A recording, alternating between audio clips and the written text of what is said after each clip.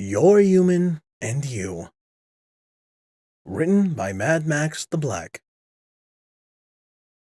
Chapter 21. Out of the Frying Pan. Part 2. I had been walking for several minutes before I pulled out another apple. Wiping it on my shirt, I just sunk my teeth into the fruit when I heard what sounded like someone shouting my name behind me. I stopped walking, confused. After several seconds of silence, I heard it again, this time louder. With the apple still stuck in my mouth, I turned around, looking for the source. My confusion grew as I saw Spike running towards me with 3 fillies racing behind him. I immediately recognized the fillies as the legendary cutie mark Crusaders, 3 fillies that were working on getting their cutie marks. I had never seen them up close, choosing to avoid them as much as possible, but I had seen their antics from a distance. As they reached me, Spike collapsed in front of me, breathing heavily. The fillies just stood there, staring up at me in wonder. At least 2 of them did. The third, a white unicorn filly, hung back slightly, looking at me timidly. "This is the one we're looking for?" One of the fillies in an orange Pegasus named Squall asked, cocking her head to the side. "He's a human." Ignoring the girls for now, I returned my attention to Spike. Kneeling down by the panting Drake, I poked at the back of his head with a finger. When he raised his head to look at me, I cocked my head to the side and eyebrow raised. "I've been looking everywhere for you." He wheezed, still trying to catch his breath. We need your help." I tensed slightly as I looked at him with a worried expression. Did something bad happen? Was Twilight and Sunny all right? Spike seemed to notice my worry as he shook his head and added, "No. We need you to escort us to Ofcourse in the Everfree Forest." I deadpanned at that. Seriously? They want me to babysit them? I strode around the apple and stood back up. The unicorn filly flinched slightly as I rose to my full height. "Spike, why are you talking to a human?" The last filly asked, a yellow earth pony with a pink bow and a red mane. Applejack's little sister. Apple Bloom, if I remember correctly. I grasped the apple and finished taking a bite of the fruit. Lowering it in front of my mouth, I chewed slowly as I looked at Spike with a, "You've got to be shitting me" look. "Please, dude," he pleaded, looking at me with puppy dog eyes. "I wouldn't have come out here if there was another way. We've already asked every pony else, but they're all busy. We just need an adult, and you're as intelligent as any pony here. Besides, the trip isn't that dangerous." He added, noting my look. I stopped chewing and stared at him incredulously. Reaching to my shirt, I pulled out the notebook and charcoal. Unlike Twilight, Spike was not able to understand hoof language. He was slowly learning it, but I still had to communicate with him via textbook. Placing the apple back in my mouth, I quickly scratched out a message. Finishing it, I flipped the notebook around and handed it to the young Drake. The filly's eyes widened at the action. The same Everfree that Twilight said was filled with monsters and I should never ever go there? Spike looked back at me, grinning sheepishly. It's not that bad," he said, handing the notebook back to me. "Zagora lives right on the edge, so we wouldn't have to go far." I leaned back on my heels, crossing my arms and glaring at Spike. It probably would have worked better if I didn't have a half-eaten apple in my mouth. The fillies just stared at us with wide eyes, their jaws on the ground. There would be hell to pay for this later, but I'd deal with them when the time came. Luckily, most ponies tended to ignore the Crusaders most of the time.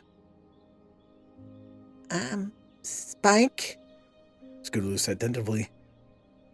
"What's going on here?" Spike flinched and looked over his shoulder at them, chuckled nervously, then turned back to me. I already had my response ready. Handing him the notebook again, I continued eating my apple as I leaned back and sat down on the ground. Spike grasped the notebook in his claws, glancing at what I wrote. You dug your own grave with this one. Time to get yourself out. Spike groaned and hung his head. Dejectedly, he turned back to the Crusaders. Well, you see..." He began shuffling awkwardly in place. "This here is Max. He lives with Twilight and me at the library." "We already know that," Squall said, rolling her eyes. Why are you talking to him? And why She leaned in and took a closer look at the notebook. is he able to respond? Max is, Spike glanced back at me, chewing his lip. unique. I snorted, nearly choking on my apple as I laughed. He isn't like other humans. He's intelligent. The fillies tilted their heads in confusion. He can think like a pony. Spike huffed, crossing his little arms and rolling his eyes. The fillies all gasped at this, and the white unicorn shrank back even further. Their gaze turned to me, their eyes scouring my body. I just sat there chewing on my apple. I should probably be more upset that they know now, I thought, working a piece of apple out between my teeth and my tongue. But at this point, I really don't care anymore. Apple Bloom approached me tentatively. So, y'all can understand us? She asked, gazing up at me with bright orange eyes. After several seconds, I nodded and took another bite of the apple. This is awesome! Skulu cheered, her wings buzzing happily. Not as awesome as Rainbow Dash, but definitely awesome. Stepping up to me with the eager young Pegasus held out her hoof, a large smile on her face. My name is Scootaloo. Staring at her hoof for several seconds, I slowly reached out and shook it up and down. Her smile widened at that. Apple Bloom appeared beside her, her hoof outstretched as well. My name is Apple Bloom, She said, giggling slightly as I grabbed hold of her hoof. When I let go, both of them turned to the white unicorn expectantly. She shied back under their gaze, shivering slightly.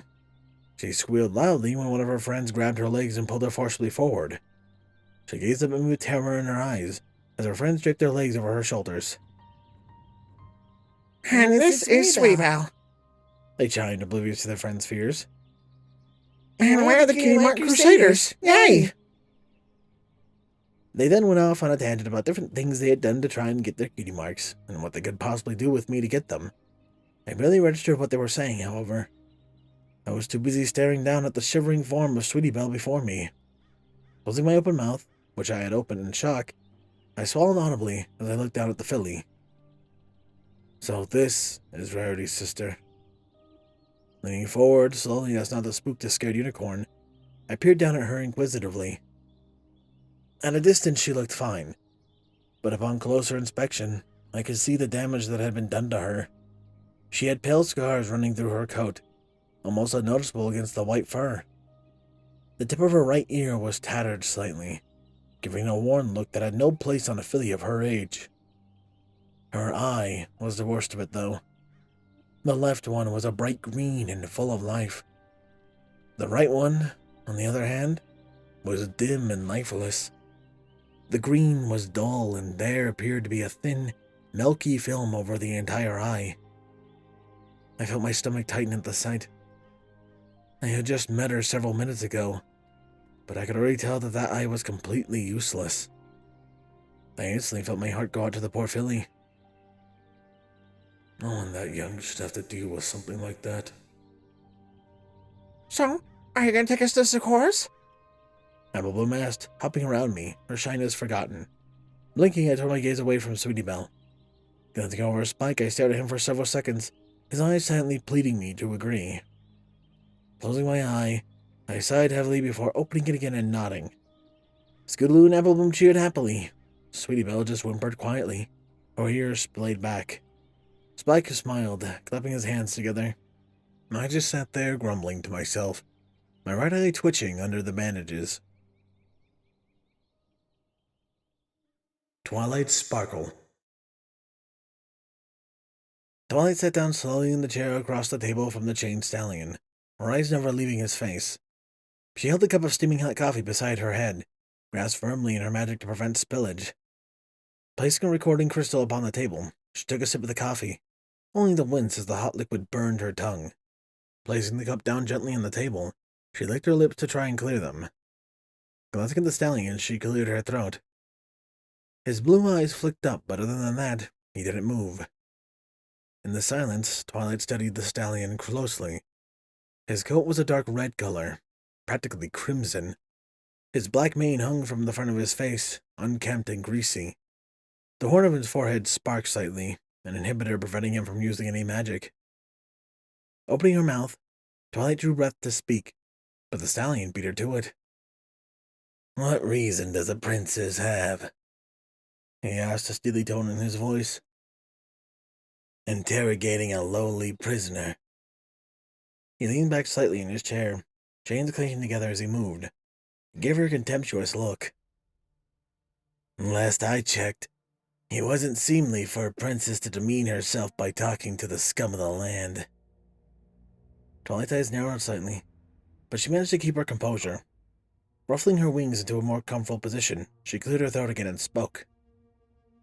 "When you take something that belongs to me, it becomes my problem," she said, lifting the coffee to back up to her lips, blowing softly on the liquid. She took a tentative sip before lowering it back to the table and continuing. "The human, Max, is mine. That means you are not only in trouble for human fighting, illegally selling and acquiring humans, running from the guards, and resisting arrest, but now you also have stealing from royalty on your record." She raised an eyebrow at the stallion, but he just stared blankly back, no emotion in his face. Probably waited several seconds before sighing. Leaning back in her chair, she crossed her forelegs. "You know, this could be a lot better for you if you simply cooperated, Mr. The stallion's ear twitched once, his brow furrowing slightly as he glanced off to the side. Other than that, he gave no indication that he was listening. Silence fell over the room for several minutes, neither pony moving. Taking her eyes off the stallion, Twilight glanced back over her shoulder. Behind the tinted glass on the wall behind her, she could see Sunny watching, along with several of the guards. Sunny was staring at the stallion, the hatred clear in her eyes as she shook her head slowly. Turning back to the bound stallion, Twilight sighed again and proceeded to rise from the chair. Letting taking her coffee beside her, she made her way towards the door. "Well, if you aren't going to help me, I'm not going to help you. Enjoy your time in Canterlot's." Dark flare. Twilight paused, her hoof on the handle. Glancing over her shoulder, she looked back at the stallion. "Pardon?" she asked, lowering her hoof slightly, though she still remained by the door. "My name," he growled through clenched teeth, "is Dark Flare." Turning, Twilight walked slowly back to the table, letting a small smirk gradually spread across her face. "There. She cooed, setting her coffee back down on the table. That wasn't so hard, was it?" Dark Flare grumbled under his breath, refusing to meet her eye. Adjusting the recording crystal slightly, she smiled at the stallion. "This should go a lot more smoothly now, and your punishment might not be as severe. Now with your help, we can wrap this whole thing up quickly and—" She stopped as Dark Flare began chuckling to himself. Twilight's ears flicked once, a confused look flashing across her face for only a second. The dark chuckle slowly grew into a laugh that chilled her blood. When Dark Flare finally looked at her, his eyes flashed, the smirk still growing on his face. "You seriously think this whole thing is over?"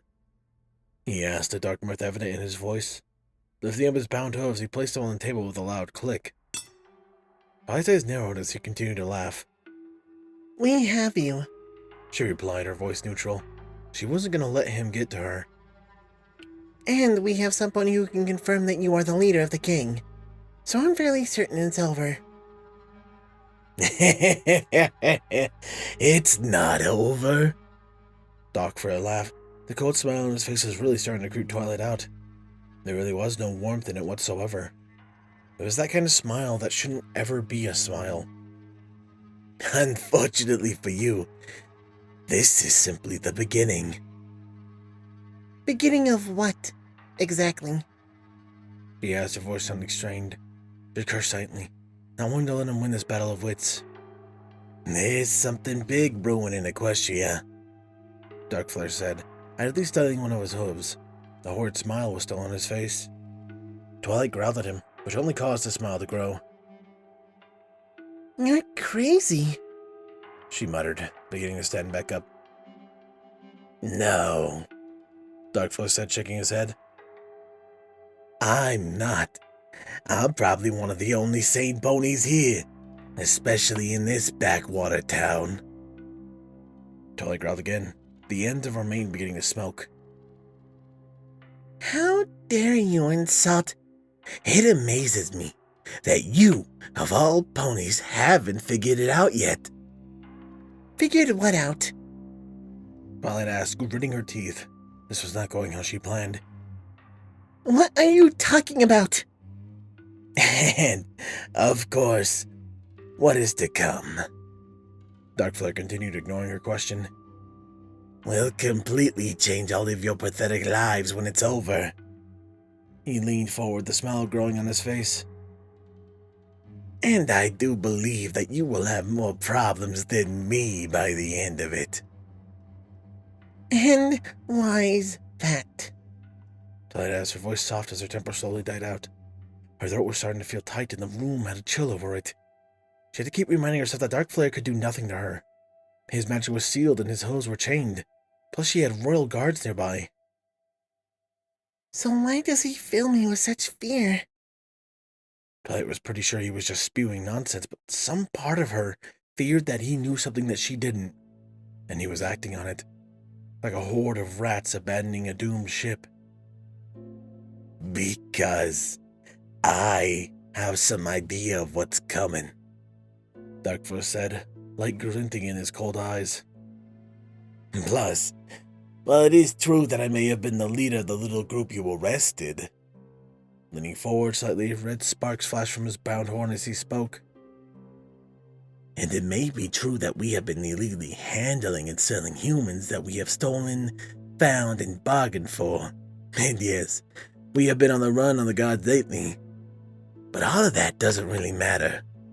You may think you've won, and you can go back to your normal lives just because you caught me. But half of my gang is still out there. So, we'll track them down too. Twilight huffed, one of her wings twitching involuntarily by her side. Darkflare shook his head and laughed. You can hunt them down to your heart's content, but that won't stop the illegal activities. In the end, I may have been the leader of this organization, but that doesn't mean that I was the one in charge. There's always a bigger fish out there. He leaned forward more, practically placing his entire weight upon the table. His blue eyes stared at her, unblinking, seemingly looking into the very depths of her soul. For, you see, I was hired. Hired? Twilight asked, her eyes widening. Darkflare nodded once. Yes, he growled. The smile on his face could rival Pinky's, but it was far more sinister. By some pony in Canterlot. Max. As we walked through the dark forest, I couldn't help but to stare incredulously at the three fillies and the dragon trembling by my feet. Ever since we had entered the Everfree Forest, they had been looking around, shivering what I could only assume was fear. Apparently, the forest made them feel uneasy. I couldn't sense it, however. The forest looked normal. Maybe a little dark and creepy side, but besides that, it felt normal to me. Actually, it felt almost like home. It's kind of hard to describe the feeling, but it almost felt like I was back on Earth again. As we trudged through the gloomy environment, I noticed that even the fillies were staying close. Sweetie Belle was trying to maintain a distance from me. As she walked along, she limped slightly, favoring her back right leg. I could see a particularly large scar on her right flank, and I hazarded a guess that the limp was probably permanent. The human she encountered really messed her up. She cast a fearful glance at me, and I felt a pang of sorrow for her as I realized that at that moment, the one creature she feared the most was the one who was supposed to help her through the evil forest. I quickly made a mental note to treat the fillies when we got back. Maybe I could convince Pinkie Pie to sneak us some cupcakes from Sugar Cube Corner when no one was looking. Ducking under a low-hanging branch, I pulled out my notebook and scratched out a message to Spike. How much further do we have to go? Just a little further, the young drake said, glancing around the surrounding trees for the umpteenth time. He was practically glued to my leg. All four of them flinched when a low growl sounded out nearby. I froze, my senses going on to overdrive. Swiveling my head around, I silently cursed. Due to my eye being bandaged, my field of vision was essentially cut in half. There were several tense seconds of silence, followed by another low growl. Gordo, I thought I told you to eat before we left. Apple Bloom whispered, her backside pressed up against my leg. Tell your stomach to knock it off. That was it me?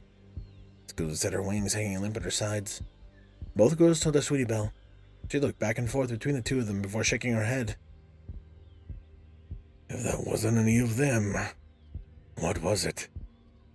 I thought, swallowing nervously.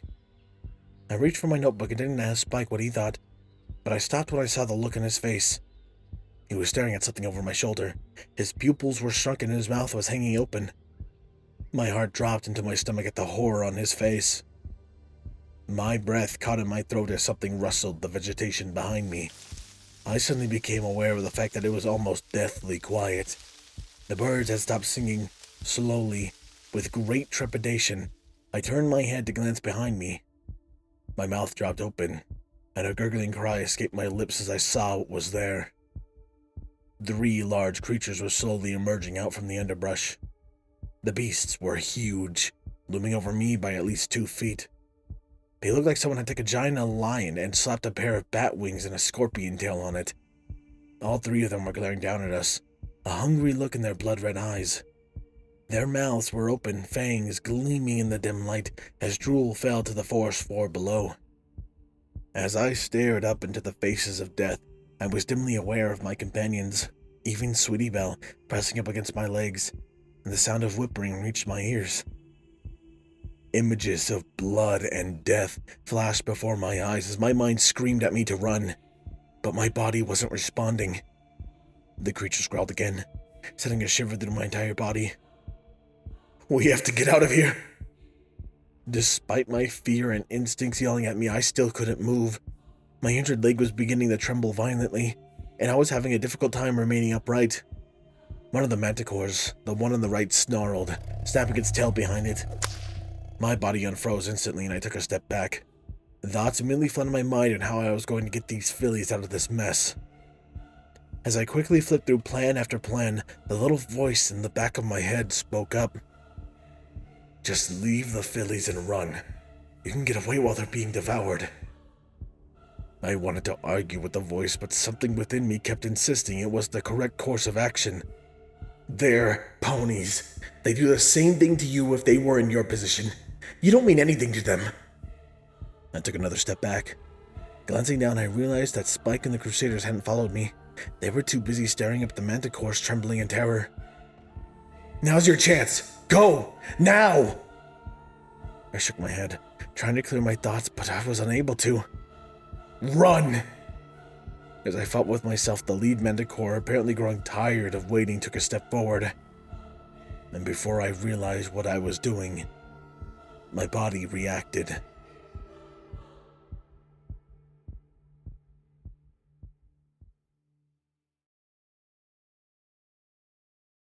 Man, Max can't catch a break, can he? He just survived a horrible arena scene. And when I say just, I mean it's been, I believe, a week since then. But he's just survived that. And now he's getting jumped by 3 manticores. And, of course, naturally, his mind is like, man, fuck these ponies. And I don't blame him. I don't blame him. He's not going to, because it's Max we're talking about. But I don't blame him. I'm just saying. Damn. Better man than me. Better man than me. Also, those who are better men than me and women are the wonderful Patreons. Thank you, my tier 1s, Pony Entertainment, Mercurial, Lord High, Jason, Hyperlink, Jason Master, Bounce Kindness, Redeemer of Dark Angel, Blue, Floss, Nebula, Night, Game Sword Brother, Mordred, Dreamless, Portal, Steve, and Shadow Angel. My tier 2s, Captain Blueshadow, Kiakmas, The Animated Ghost, DJMX 2000, Elma, The Wolf, H1 Wolf, King Patel 20, Mr. Crazy Dick, and Solar Comet, 212 Trooper, Volio Cod, G1, Winter Garza, Saint Conk, Mackenzie, Mercolas, Nocturne, Papa Lennon, Kalanzaza, Solus, Clip, Sword Brother, and Mordred, Artie, Bryant, Reenie, Dragonwolf, Steel Spark, Sticks, Nobody, Andrew, Ingram, Rocky, 2522, and Weeble. The big thing to my previous time tiers, Dark Guardian, Danish Dash, Maverick, and User 1842. and a large thank you to my current ones, Miss Eclipse and Silent Titan. Thank you guys so much for your support, and it means a ton to me. That aside, however, this has been Firehearth. Have a wonderful day.